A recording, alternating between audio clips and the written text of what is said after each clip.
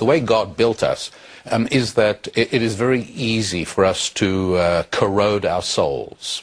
And receiving something for nothing is one of the surest ways of doing that. And so in a divine hierarchy of giving, the highest way of giving is to enable somebody to earn his own living. Because in so doing, you give him something much more valuable than merely an income. You give him his dignity. Yeah. Dignity and self-respect, precisely.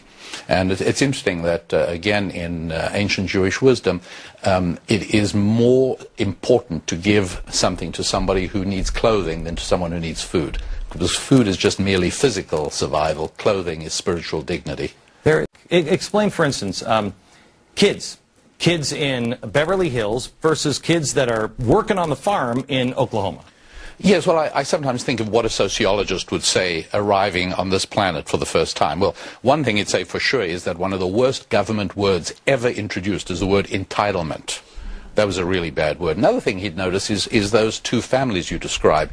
And we'd say to him, well, look, you've got this family in Beverly Hills where the children have one primary responsibility in life, and that's to accept the keys to a BMW on their 16th birthday.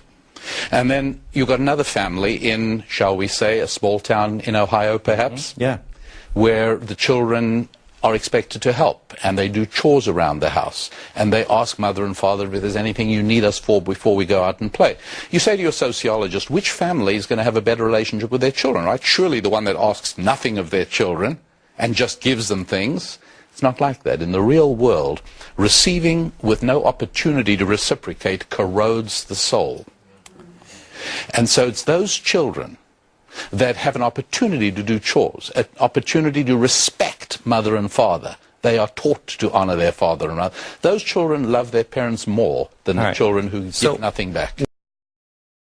And to turn it into an entitlement means you've removed the obligation of appreciation and gratitude, because you're simply giving me what I'm entitled to. When you rob people of the opportunity to say thanks, you really are depriving people of the avenue to hope and optimism and the future.